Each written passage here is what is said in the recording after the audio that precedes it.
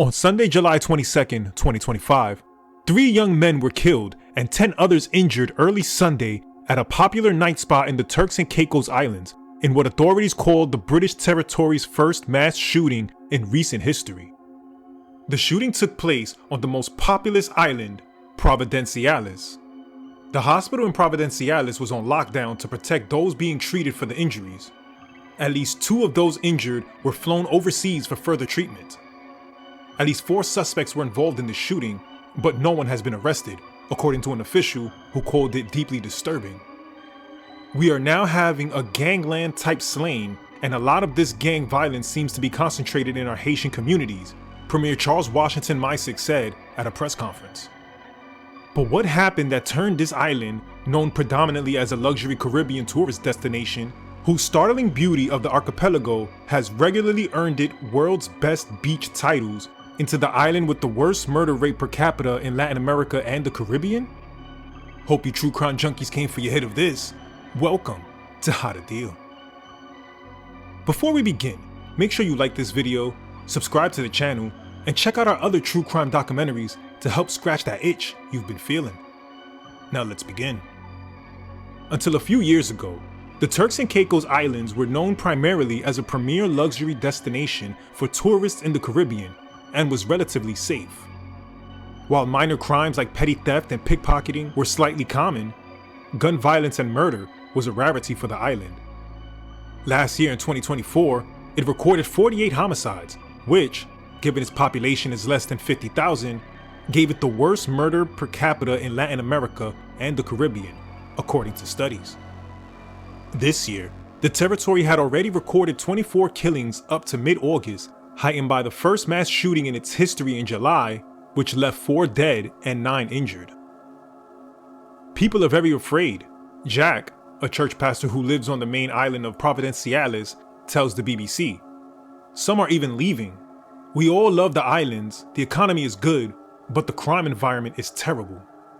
There are fears that unless efforts to curtail the violent crimes prove successful, crime could threaten its mainstay, estimated to account for at least 2/3 of the economy. Some have been real quick to blame migrants from Haiti, lying just 90 miles to the south, many of whom have fled gang-like turmoil in their own country. An estimated 10,900 Haitians live in the Turks and Caicos Islands, representing 1/3 of the territory's population. Around 80% of Haitians live in Providenciales, and only 20% have permanent residency, according to the United Nations Humanitarian Affairs Office. Reporters and pastors note that some of the violence is perpetrated by local gang members and disenfranchised youth of Haitian origin who lack legal status and employment opportunities. The crime situation is worse in the Haitian communities on Turks and Caicos, concedes Jack, who was born in Haiti and moved to Turks and Caicos where he gained citizenship 28 years ago. Most of those slain this year are of Haitian nationality. Premier Misick dubbed July's mass shooting in a local bar a gangland-type slaying and appealed to Haitian community leaders to help keep these islands safe.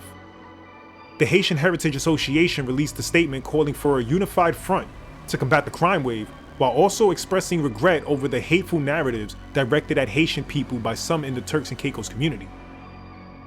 As the government grapples to arrest the surging tide of Haitian migrants entering the country illegally by boat, deportation efforts have been stepped up. Authorities intensified anti-crime efforts, including implementing curfews, increasing police powers, and bulldozing over 220 shanty homes that were said to harbor criminals. They're picking Haitian people up on every corner, every street, on the road, and at workplaces, Jack says. Most of the time, the parents want the kids to remain here rather than go to Haiti with them, where it's chaos. Turks and Caicos is not alone in experiencing an upsurge in gang violence in recent years. A 2024 United Nations report spoke of an intensification of organized crime and lethal violence across the Caribbean region. Rising drug production in South America, with shipments often moving through the Caribbean to the US and Europe, and the easy availability of firearms have contributed to soaring homicide rates, according to the UN report. The report specifically named Jamaica, St. Lucia, and Trinidad as areas of particular concern.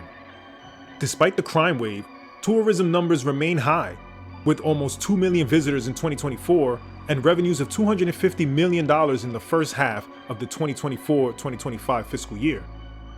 However, there are fears that the crime could eventually threaten the tourist industry, which accounts for at least 2/3 of the economy. Ultimately, the story of the Turks and Caicos Island is a complex one. It's a tale of a once tranquil paradise now facing a crisis of violence that threatens its very identity. The challenge lies in balancing the need for security with compassion, addressing the root causes of immigration, and ensuring that those who feel left behind can find a path to a better future. The world will be watching to see if this beautiful destination can restore the peace it once was famous for. If you or anyone you know have been affected by the recent crime wave in the Caribbean, let us know in the comments section down below. Thanks for watching, and take care.